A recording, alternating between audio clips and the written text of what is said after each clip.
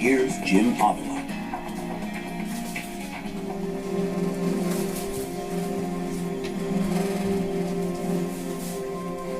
It's small-town America at its most remote. Deep in the hills of the Ozarks sits Marshall, Arkansas, population 1,300.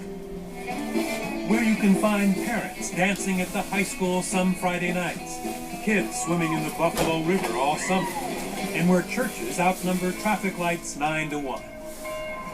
It's in this town where time has changed little that our story of mystery, missing evidence, charges of corruption, and yes, allegations of murder unfolds. A tale of rivalries, grudges, and schoolyard cliques, and the still unexplained death of a teenager named Janie Ward nearly 2 decades ago. Answers now buried longer than poor Janie was alive. Today, nearly 18 years after she was laid to rest in her family's plot, as her parents watch and a special prosecutor looks on, Janie's casket is lifted from its vault in an effort to uncover what happened in the backwoods of those Ozark Hills. Janie's body is under police guard, a grim entourage making its way to the state crime lab in Little Rock, where forensic pathologists will cut into her body for an exceedingly rare third autopsy. In the next 24 hours, could there finally be an answer to the question that has haunted Janie's family and the town of Marshall for so many years? Was Janie Ward's death a freak accident, a brutal murder, or something in between? A perfect storm of suspects and suspicion that led her parents on a nearly 2-decade search for the truth about how Janie could die so suddenly, so publicly, and yet so mysteriously. Janie Ward's dad, Ron. I think she was murdered. I know she was. Arkansas Special Prosecutor Tim Williams. What I'm trying to do is prove we have a homicide, prove it beyond a reasonable doubt, find a suspect, and prosecute them. This is where 16-year-old Janie Ward, also called Olivia Jane, died, and where the question started to be asked. A party off a dirt road miles from town. On September 9, 1989, the junior class at Marshall High, cheerleaders, athletes, the popular kids, are having a drinking party to celebrate the opening of school. Janie didn't normally run with that group, the in-crowd. She worked as a waitress after school, and looking back, her parents say there were hints of trouble. Mona Ward is Janie's mom. The week before Janie was killed, she had some problems with the cheerleaders. They were making fun of her, and I didn't know why, other than she didn't wear designer clothes. She was going to confront them if they didn't stop. At the party at this cabin in the middle of the woods, witnesses say something dramatic happened. That suddenly, without warning, young Janie Ward fell from this porch, tumbling over backward from a step less than a foot high. An autopsy would later reveal she died from a broken neck. But could that really happen in a fall from a step this high? It's difficult to believe that a fall off this porch is why she died. So you can understand why her parents... Oh, very much so. If you did fall backwards, as the party witnesses said she did, then that injury is probably not consistent with that type fall in that type direction. And it's what happened after Janie Ward crumpled to the ground that to this day has so troubled her parents and raised questions for which there may be no answers. A night of the unexplained. They load her in the back of a pickup truck like an animal. Then they go hide the booze, the kegs, and clean up for their little party they had where my daughter was murdered. Witnesses told police that with Janie either dead or dying in the back of a pickup, they raced down this bumpy dirt road towards town. There was a knock at the front door, and they told me that I was needed over at the bank parking lot.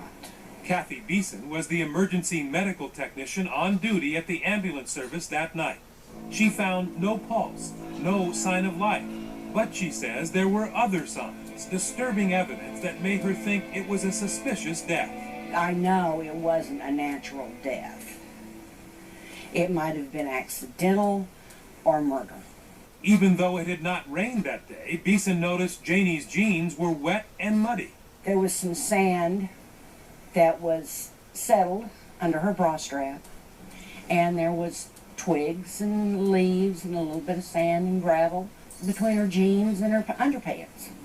Janie's physical condition was a huge question mark for one of the first journalists to look at her mysterious death, award-winning investigative reporter Mike Masterson. Look at the front of her jeans. They're scuffed, marked, dirty, all the way down the front. So how did that happen? How did she get her jeans and her tennis shoes muddy, falling onto dry ground backwards 9 inches? Why wasn't anyone asked why she was soaking wet and had gravel and sand on her body? And none of it fits. When did you start to believe, Ron, that something more sinister had happened to your daughter? That very night when I saw her, I knew something bad had happened. What Ron Ward says he saw at the funeral home keeps him up nights till this day. He remembers clear, visible injuries, not picked up in full, he says, by these pictures. The whole side of her head here was one massive purple bruise down into her neck here, shoulder area. And there was a abrasion across the bridge of her nose, and there was nicks and scrapes on her cheek and across her ear. And I didn't know, baby, you didn't fall off no porch. No way. Within days, Janie's body would be autopsied for the first time. The cause of death? Upper spinal cord and neck injury. And hyperextension.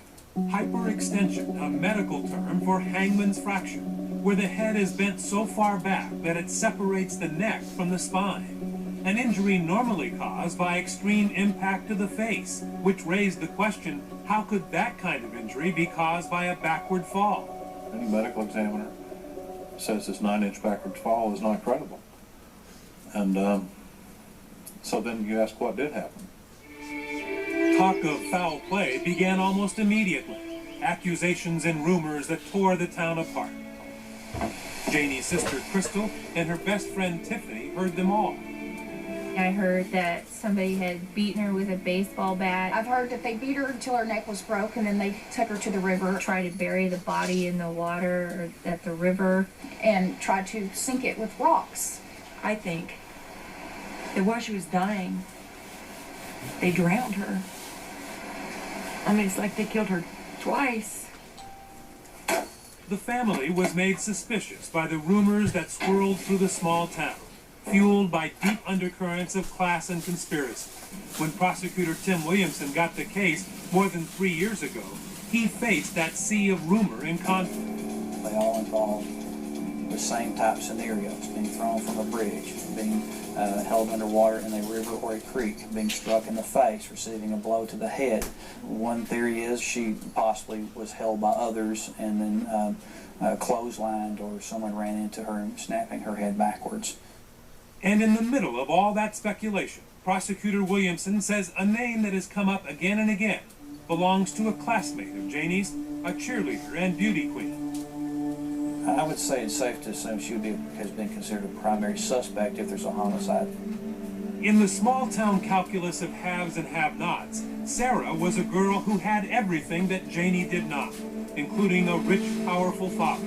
He was a district judge. Sarah was a beauty queen, but she also had vicious fights with other girls, serious rumbles that helped keep the rumors alive. After 18 years of mystery, that girl and her father faced the camera. Nearly from the moment Janie Ward's lifeless body was brought to town in the back of a pickup truck, her parents did not believe the official explanation: a 9-inch backward fall from a porch. We may not know exactly what happened to Janie, but we know what didn't happen. I just knew we had to get her somewhere, get some help. Because something's bad wrong. There were so many questions about how Janie died. State police asked witnesses to recreate what they claimed to have seen, using a life-size doll to reenact Janie's alleged fall. She was approximately right here, falling in flight. And I mean, she just, bam. Gary Don Snow, an ex-convict who bought the booze for the party, was one of just 3 people who said they actually witnessed Janie fall. Billy Harris, the high school quarterback at the time, was another. Her knees bend, she's coming straight back. Right. For a reason never explained, the third eyewitness, Sarah Patterson, a powerful judge's daughter, was not interviewed on tape, even though she had earlier told police she saw Janie, quote, kind of twist and fall. And she's the girl rumors have swirled about from the beginning, saying she had a fight with Janie. Rumors that gained traction when the police investigation seemed to tap dance around her. There's no evidence that we know of that Sarah Patterson was ever asked by the investigator, did you fight with Janie Ward? Was she ever asked that, and should she have been? I can't recall anywhere in the files where those specific questions were asked of her. Shouldn't she have been asked whether or not she had fought with Janie Ward? Probably a valid question. Hindsight, yes, it would be a very pertinent question to ask and would need to be explored and followed up on. Some of the partygoers told police that Janie simply passed out on her own and then lay here at the foot of the porch for up to 20 minutes while the party went on around her. If that's true, Janie Ward could have been dying of a broken neck, gasping for breath, while no one tried to help her. Just like that. I mean, and it'd be a long time and she'd exhale and it's just, I mean, it's just like she couldn't breathe. Her cousin Jamie Ward didn't see her fall, but says he definitely noticed something was wrong with Janie's face. Looked like she had a black eye. But there was no black eye or bruising noted in the original autopsy, and photos from that exam show only swelling and light abrasions on Janie's face. Her right hand does look bruised, however. Investigative reporter Mike Masterson. When I put a magnifying glass on this, it shows up as a raised red welt on her knuckle. Now, why wouldn't that be described on an autopsy of a possible murder victim? Questions about the investigation fueled the whispers and rumors of something more sinister, even talk of a cover-up. Much of the evidence in Janie's case was lost or mishandled. Forensic tests on her muddy jeans never came back from the lab. Her clothes, crucial evidence, cannot be found. And then there are the x-rays from the first autopsy. One is a head-on view and shows no damage to the spine. The other, a profile. But the neck area where the medical examiner noted damage is covered with a white splotch. Janie's dad says he was originally shown an x-ray without the splotch that clearly showed a broken neck. That's a really broken neck. You could tell, broken like a broomstick. Ron says when he asked for a copy, This is the x-ray photo that was sent to us. There's no tag number. No. Okay. It's obvious that they've been tampered with.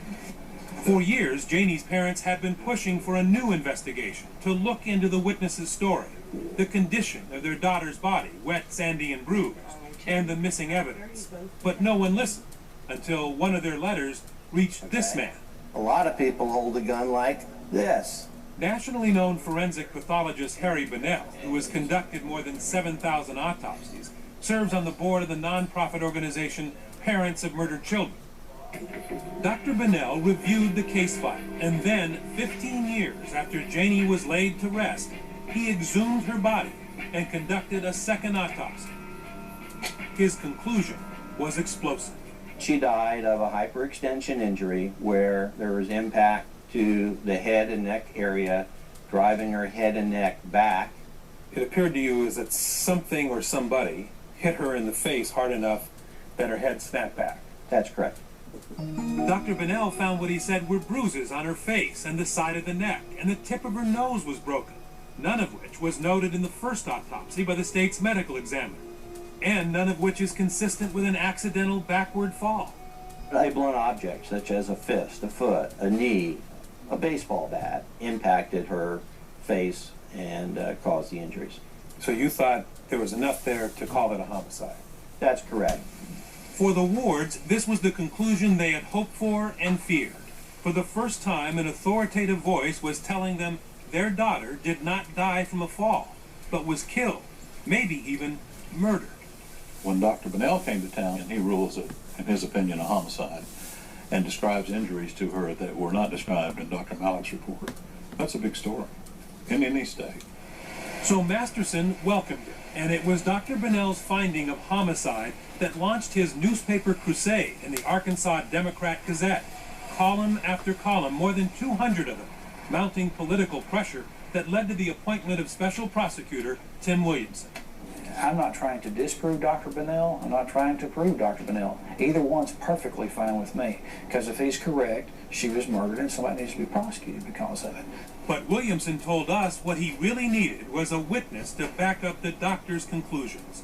And suddenly, after 18 years, that's exactly what he got. Better turn that off. You're getting a little too deep here. This woman says she saw what happened to Janie Ward, and she knows who did it. But is she telling the truth?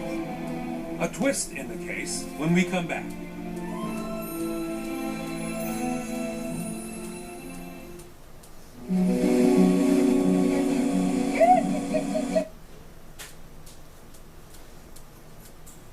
And what she says she saw the night Janie Ward died changed the tone of the investigation, plain and simple. I was going to keep my mouth shut and forget it ever happened, but somebody found me. It was Primetime that found Sylvia Watkins. Back in 1989, when Janie Ward died, Watkins says she was a runner, someone who drove dealers to their appointments to sell drugs. On the day Janie died, she says she was taking a brick of marijuana to a party in the woods in Marshall. By coincidence, the witness says, that party was at this cabin, the same one where Janie Ward was. But she says she never got out of her car, stopped in her tracks by what she saw on the porch. Two girls fighting. One of the girls, she says, was Janie Ward. The other, she says, was wielding a bat. She hit her on the side of the head, and then when she went like this, she came around and smashed her in front of the face. Then when she went down from grabbing her face, then she went and bammed her in the back of the neck. And that's when I was backing up and leaving. Now, how come you never came forward with that? Because I was told to keep my mouth shut. Sylvia says she tried to tell the state police 4 different times what she saw, but they didn't want to hear her story, so she tried to forget it. But after Primetime found her, she decided to tell Janie's parents what she says she saw. I'm Sylvia. Hi. Nice to meet you. For the first time in 17 years, Ron and Mona Ward would finally hear what they believed to be a first-hand account of how their daughter died. She swung at her, hit her 3 times. When she got hit the 3rd time, she went down. The girl pushed her off the porch. You could put a name to that? Oh, yes. Oh, yes. Is it who we suspect? Oh, yes. Yeah. Sylvia claims it was the same girl, the cheerleader, the 3rd witness who saw Janie fall, who had been linked by rumors to Janie's death all along, the one whose father was the district judge. But Sylvia refuses to say her name out loud. Sylvia, Yes, sir. Jamal from ABC. Okay. Good to meet you. Yeah. Thank you for coming forward. You're still, even to this day, almost afraid to say the name of the girl who... Well, I'll say it for you. It's Sarah Patterson. Is that the name? And her father is Judge Patterson. Dramatic? Yes. But is it credible or too good to be true? Sylvia's story exactly matches the forensic conclusions of the independent autopsy conducted by Dr. Harry Bunnell, findings which were published in the newspaper and on the internet. There are those who are going to say you took that information and weaved your story around that. Don't you think? I saw what I saw. You can't tell me I didn't. But could this new witness really see what she says she saw at this cabin on the day of the party? Clearly there are problems with her story. First of all, she admits she was here to deliver drugs and had a joint or two herself on the way. But more important, police say she's changed her story since 1989, and they have a written statement to prove it. Police say this is what Sylvia Watkins said originally in an official witness interview dated 1989. The unsigned statement describes how Sylvia heard, third hand, that Janie got in a fight with some girls at the creek and was hit with a beer bottle. Hello, Sylvia. Can you prove to me who you are? But when Special Prosecutor Tim Williamson confronted Sylvia about her conflicting statements, I didn't make that statement. This is lies. Sylvia then went on to describe in detail what she claims to have seen. Now, the first one, she could have blocked it, but the second one, no. The second one hit her because I saw the blood. Has anyone paid you anything? No. So you're doing it because it's the right thing to do. Oh, yeah. It needs to come to work. She needs to rest. I do appreciate you. Do you believe me? I have no reason not to believe you. A stunning account that would alter the direction of the case.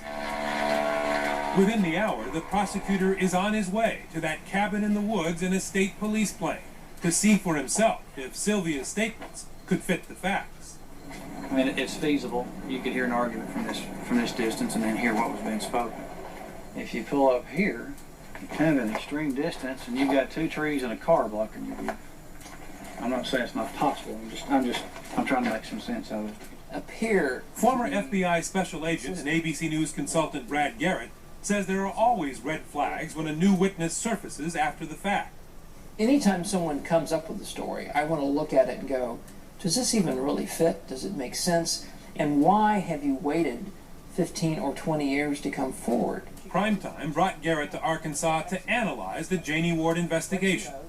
She comes around like this and falls back on her back. He spoke to more than a dozen witnesses who were at the fatal party, none of whom said they saw Sylvia or Janie fighting with Sarah or anyone else. He said Janie was having a great time, and all of a sudden, she just falls off the porch with nobody striking her, nobody confronting her, and that absolutely nobody hit her with any object. True or not, Sylvia Watkins' statement matching Bunnell's findings left the prosecutor little choice. He had to take a third look at Janie Ward's body, yet another autopsy.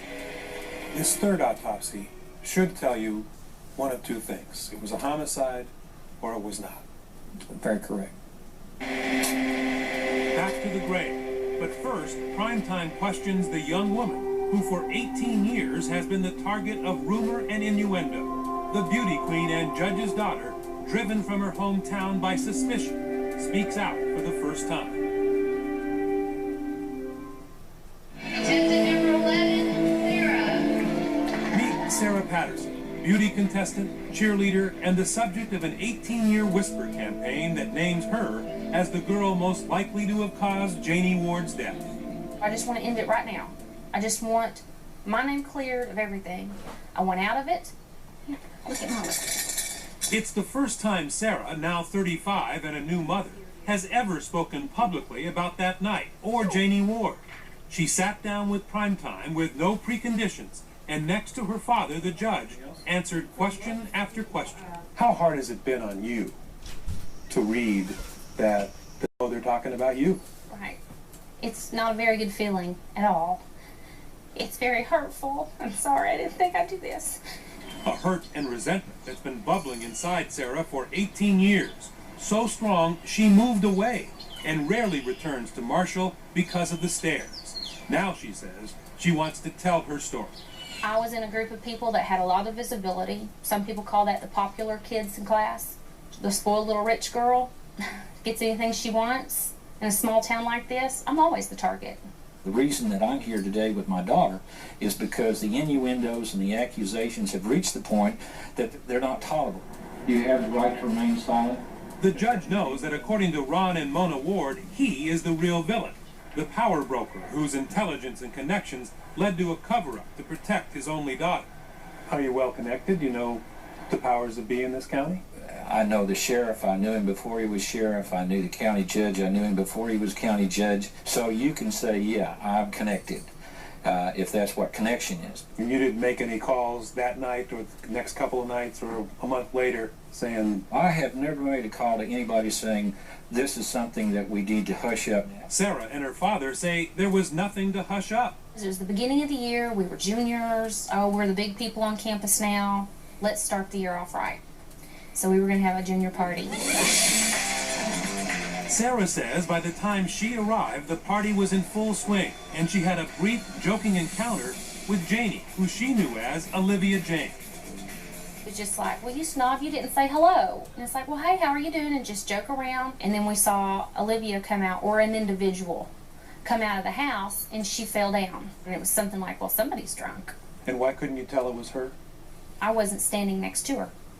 I was in kind of at a distance from her.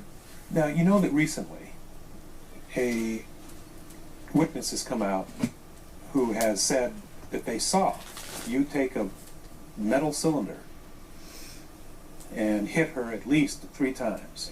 She went down like this, and then she went to the back of the head. Did that happen? No, that's an absolute nasty, nasty lie. We're going to show you this allegation. Okay. Have you take a look at it.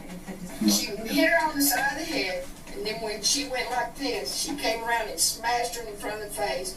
Then when she went down from grabbing her face, then she went and bammed her in the back. I don't know who that is. I have no idea. I've never seen her before. Where is she from? I'm going to end up getting killed over this. How why do you think you're going to get killed? Oh, because of the cover-up. Oh my God. So you don't recognize I don't know who that person is. I've never seen her before in my life. What do you think of that? I think it's sick. I really do. I think that's just absolutely disgusting. Why she waited all these years before she makes a statement? And then she gives credibility to her statement by saying, well, I'm going to get killed because I told this story. Well, that's far-fetched. And let me ask you a series of questions here for the record to make sure we have your side of it. Did you have any kind of fight with Olivia/Janie that night? Never. No harsh words? No. Did you hit her with a bat or a pipe? Absolutely not. Did you hit her with anything? Never. Did you see her being hit? No. Did you have anything to do with Janie Ward's death? Absolutely not. A clear, firm denial. But this beauty queen has not always been so calm and collected. In fact, she admits to what some have called a violent temper. Sarah did have fights with other girls. There have been other people who say that while you were a beauty queen and a high school cheerleader, you also had a temper. I did. And that you got in some fights. I did. And hurt a couple girls. That's probably true, yes. Does that relate to this case in any way? It does not have anything to do with this case. A year before Janie Ward's death, Sarah admits she broke the nose of the homecoming queen in a fight over a ball. Ladies and gentlemen, our queen for 1989 is Laura Lee. I didn't mean to break her nose. Well, you hauled off and hit her in the face. Well, I swung. I mean, I'm not making light of it, yeah. But this other individual wasn't as innocent as people would like to think. And then there is this woman, Jamie Dawn Busby. She ran barefoot across that gravel bar and just like a raging bull, just pounced on me. It was 2 years after Janie's death. She says she too was viciously attacked by Sarah, again over a ball. And she pounced on me and had me down on the ground. I had a big place on my arm where she bit me. There was a place on the back of my head that was completely bald where she pulled the hair out. I mean, that big. You could part the hair and see bald. There was no hair there. Despite photographs of her injuries, a corroborating witness, and this statement to police, Jamie Dawn, like the homecoming queen before her, says that officials looked the other way in Marshall. Both Jamie Dawn Busby and Laura Lee said they tried to press charges against your daughter, but no one in town would accept the charges, and they think it's because of you. That's right. That's what they think, but that's not the truth. I'll tell you right now, no, I never had anything to do with trying to stifle any charges that involved my daughter. Today, as an adult, Sarah's life remains haunted by 18 years of whispers and rumors. In fact, she calls herself a victim too. I can't control what people say, but it's so not true. I didn't do this. I did not do this to her. When we come back, yet another exhumation and results from that rare third autopsy. You knew that it wasn't reasonable for you to believe as a parent that she would die from falling off of a 9.5-inch high porch. You were right.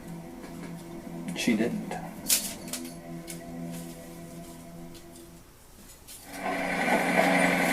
August 3rd, 2007, nearly 2 decades after she was first buried, the most drastic of intrusions. A bulldozer is once again poised over young Janie Ward's grave.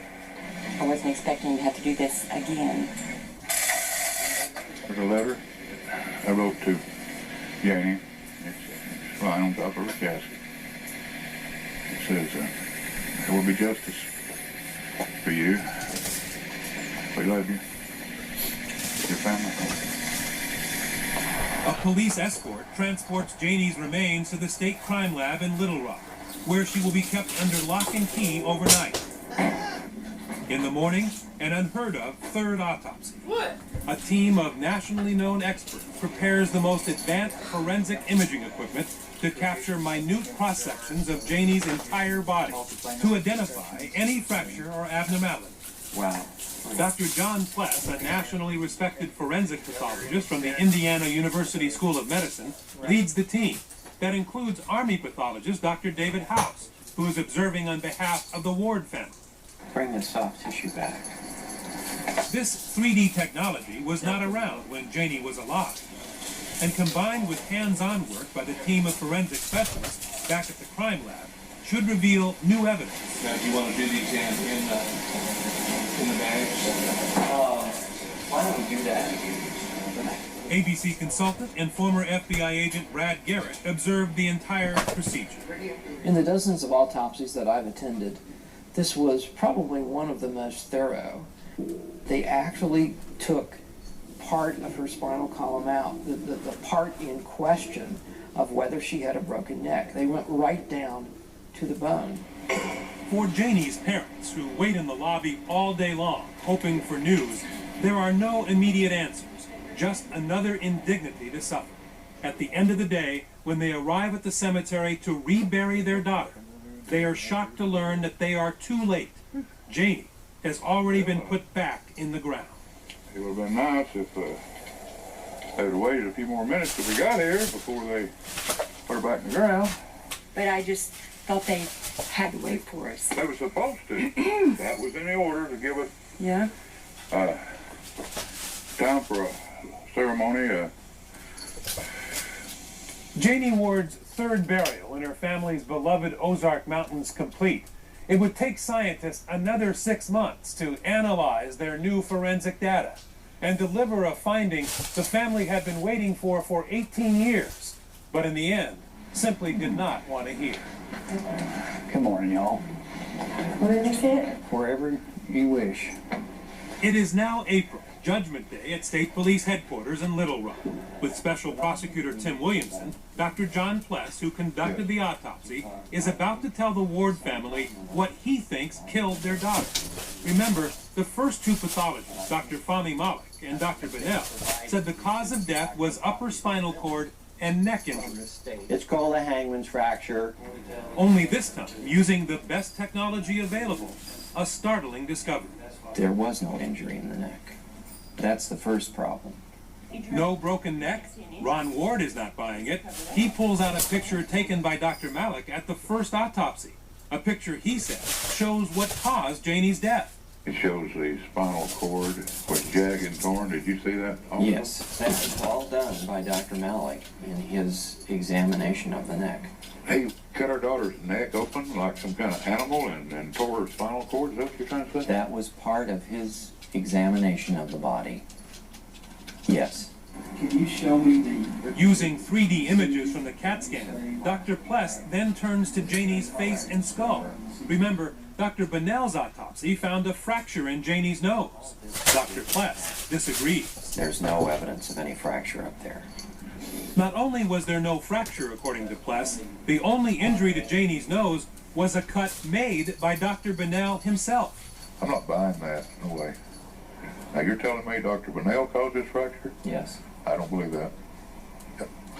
Not acceptable. And what about that unexplained mark on her right hand? Proof the family says that Janie fought off her attacker. Shows trauma on the back of her hand there? That's livor mortis. It's pooling of blood. Well, that's your opinion. It's not my opinion. I know. I saw what I saw. You're going to say these here marks on her wrist, or these are not bruises? No, they're not. So how did Janie die? Dr. Pless's theory. Just prior to her collapse, something caught in her throat. Couldn't breathe, couldn't talk, and as the oxygen level was reduced, she finally collapsed.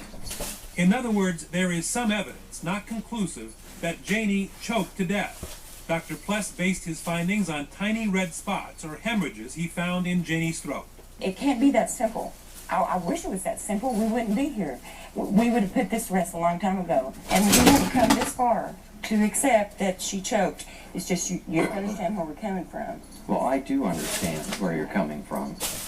And I do understand how you, in my opinion, become misled. The meeting is over. I thank y'all for coming.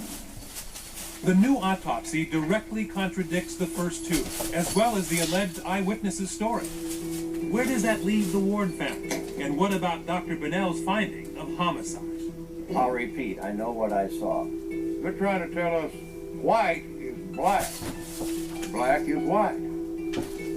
I mean, it's, where do these people get off? Dr. Pless has issued an opinion. A packed press conference in Little Rock, 18 years after Janie Ward died and 3 years after Special Prosecutor Tim Williamson's investigation began. He is announcing to the world what he and Dr. Pless had just told Janie's parents in private. Neither he nor I can tell you today that Janie Ward was a victim of a homicide. It is too much for Ron and Mona to watch. Two previous autopsies had found their daughter had died of a broken neck. Now this latest autopsy concludes not only was there no neck injury, there was no homicide. Outside in the hall, the Wards unload. Well, I'm sort of hearing a little horse feeding the people when we know different. The whole state has a conflict. Can anybody see that? The Wards are angry. How could so many doctors disagree? It's more confusing than ever. I mean, it sounds good, looks good on paper, but it's not true. So, can you accept that in any way? No. No. Hell no. We're not blind, we're not stupid. We saw the trauma. I know what a bruise looks like. Is there anything they could have shown you today that would have changed your mind about how your daughter died? Possibly. But we didn't see it. But the family's own representative at the autopsy did see it and agrees with the new findings. I was with the family's representative at the autopsy. He concurs, and I concur with him, that she doesn't have a broken neck, she doesn't have a broken nose, and this is not a homicide. Still, the forensics did not answer the family's core questions. Why Janie was wet and muddy? What happened to the x-rays? Why certain leads weren't followed?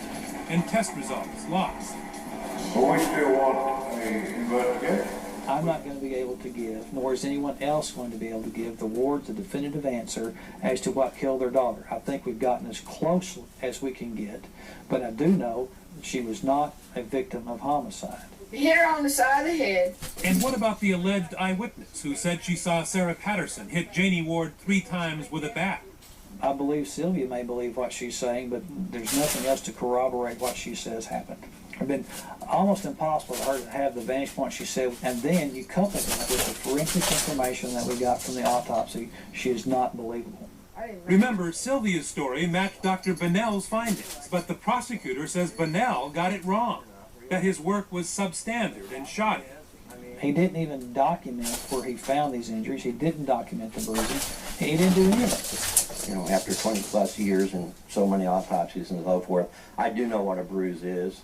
Dr. Bunnell says not only was 3D technology not available to him, he had to examine the body and photograph it by himself because the state refused to assist him. But he says his finding remains unchanged. It's still a homicide. The prosecutor says that you have done a tremendous disservice to the Ward family, that you have given them false hope that they'll find a killer of their daughter, and that is flagrantly irresponsible. It doesn't surprise me, because what he did was to find somebody to do an autopsy, a third autopsy, who's saying, I can't tell anything. And then use that as the fact that I don't need to do an investigation. The prosecutor says he did an investigation, re-interviewing 32 witnesses, including the judge's daughter. Have you investigated Sarah Patterson? Yes. Cleared. Yes. Totally innocent. She has not committed any murder of Janie Ward, I can tell you that. For Sarah, who left her hometown to escape the rumors and speculation that she killed Janie Ward, the autopsy finding is a clear vindication. So she can come back now and with her head high? Yes, she can. Will it remove the stain that's been here? I don't think so. Although they said the death was not the result of a homicide, there was no definitive statement as to what really was the cause of death. And that in itself is going to continue to create questions now as to how did she die. And it'll haunt the Ward family, I would imagine. It will. I'm sure that it will. I can assure you that I will pray for their peace every Sunday when I go to church. I want them to have the same peace that my daughter and I now have too. But after 18 years of confusion, contradictions, and false leads, peace is as elusive for the Ward family as the answer to the question they will not stop asking. If she was not murdered, what did happen to our Janie? There is nothing they can tell us or tell the public that would change the feelings we have in our heart and that we have known for all these years that our daughter's life was taken from her by foul play by the hands of other people. That's Primetime Crime tonight. From all of us here at ABC News, I'm Jamal. Good night.